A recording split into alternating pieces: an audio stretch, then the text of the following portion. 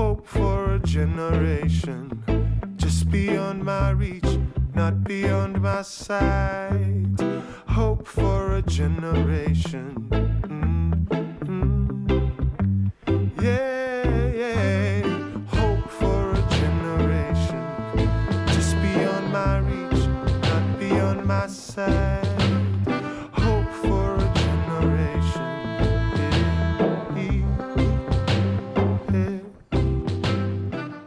We're down here in our town next to the Kaikohe River. And we've just taken the weekend off after finishing our last wānanga over in Dunedin. We've been doing some research mahi throughout the country. One in Kaikohe, Tamaki Makaurau, and yesterday our final one was in Dunedin. So we've taken the weekend off just to kind of reflect on, I guess, this whole process that we've been through, working on this research, and try to gauge, I guess, a better understanding of what Rangatahi Māori perceptions are around housing and Papakāinga. Hope for a generation.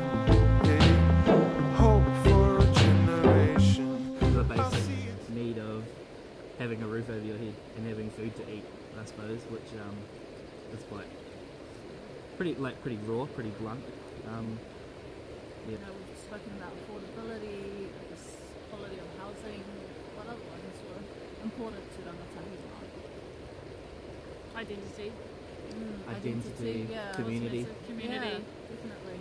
That was often quite interesting, like the actual state of their housing themselves physically were generally pretty poor, but the communities were rich, often, not always, but often, especially in Dunedin and in Kaikohe, not so much in Auckland, but there was a real theme around, you know, even if the house is crap, but we've got each other, so kind of made up for it. Hope for a generation. Yeah. Hope for a generation. On sort of by accident, you know, we ended up having these wānanga in 3 very different spaces. The first one was in like an arts kind of architectural studio, so creative space. Second one was in a wharenui, and the third one was in an institutional space, like very much so. And how that affected the way conversations in Kōrero kind of went, just by the way people felt in those spaces and how their comfort levels. And I guess, you know, with the demographic Māori that we've been working with, you know, in Kaikohe it was young students in high school, and in Tāmaki it was young professionals and those who are still in education, and then the same with those in Otago.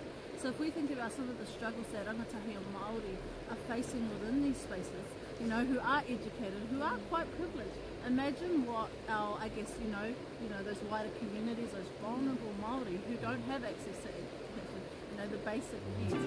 Hope for a generation. Yeah. Hope for a generation. There's always this notion around young people are the leaders of tomorrow, but they're living in these poor conditions, these, you know, these unsafe spaces. How are they supposed to thrive? I guess, you know, wherever they are within the country, which is really difficult. But it's also, you know, young people not being involved in decision-making processes, young people not being included in these conversations, which is why this research has been so important. I think after yesterday, you know, like a big thing that I realised is that rangatahi don't really speak up. They kind of, and it's kind of an expectation as a rangatahi that you're Māori or Pākehā or Tawiwi, you know, that you just, you know, you do the hard yards now and it'll pay off later. There's that kind of mentality, and it's kind of bull, like, you know, like why should rangatahi be living in crappy housing? Like, why should anyone be living in crappy housing? But why is it kind of seen as acceptable if you're young and you're a student? And, you know, what is valuable about this research is hearing voices from rangatahi who don't often get heard in those spaces, and then trying to find ways where we can implement what we've learned into the spaces that we have access to, because that's the problem, like the access to those spaces are just not there. Hope for a generation. Hope for a generation. It's really difficult working within the space space because it's such a massive picture, and we kind of came into this whole research process looking at, you know, solely housing in Papakāinga and what that means for Rangatahi Māori, but actually what came out of it was a lot more. You know, it wasn't so focused on policies, but it was a discussion around some of the issues that people face, and especially within like the, I guess, tenancy issues that young people face and reliability around that. So there's a potential for that further discussion within, you know, how that kind of works for young people. Hope for a generation. Hope for a generation. I think if anything, what is apparent is we have just scratched the surface. Going to Kaikohe, Auckland and Dunedin, we've definitely got kind of a really varied opinion, but yeah, it's just opened up like a can of worms of questions, really. If you asked me that question 3 months ago, I probably would have said, yep, phase 2 would definitely be about spread, so travelling to other places around New Zealand to get a wider range of perspectives. But having done the 3 that we have done, I think we'd need to actually, go more in depth into the 3 that we have touched upon. Hope for a generation. Hope for a generation. I see it. Very sore brain. A very sore brain. A full brain and a sore brain. I think a real feeling of responsibility as well. Just, you know, we've now opened that conversation up, and now that we've opened it up, I feel Close like, it. yeah, like Put we it back.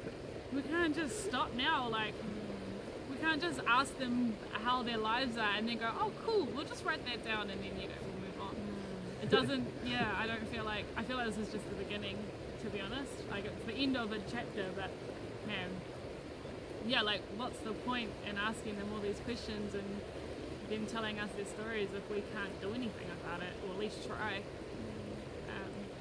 I feel like I went into this process quite naive, thinking that I understood where most rangatahi were at, but yeah, it's been a real wake up. Yeah, it's been a real wake up call.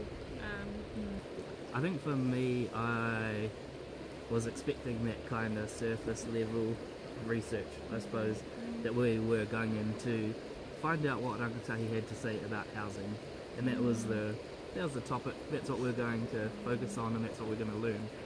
But there's a whole other layer of stuff going on in terms of how to engage with the Rangatahi, how to run a research project and run wānanga with the Rangatahi. How do you get them along? How do you engage them? What spaces do they feel comfortable engaging in comparison to other spaces? Hope for a generation. Hope for a generation. We do want to say a massive thank you to everyone who has been involved in this kaupapa for the last several months. We really appreciate your time and effort, as well as our Aku Ahu team, Desna, thank you. We appreciate you for coming around the motu and around the country, supporting us within this research capacity. We're going to go head off and enjoy the rest of Queenstown, make the most of it. Any questions, let us know. Ngā mihi. Ka kite. Singing hope for a generation. I see it singing hope for a generation. I see it singing hope for a generation. I see it singing hope for a generation. I see it singing hope for a generation. I see it singing hope for a generation. I wanna drip like honey from the honeybee. Walk from the river down to the sea. Fly through the face of a thundercloud. Rain down, down on the people that won't allow. Not gonna let them keep me. Not gonna let them hold me. Not gonna let them tell me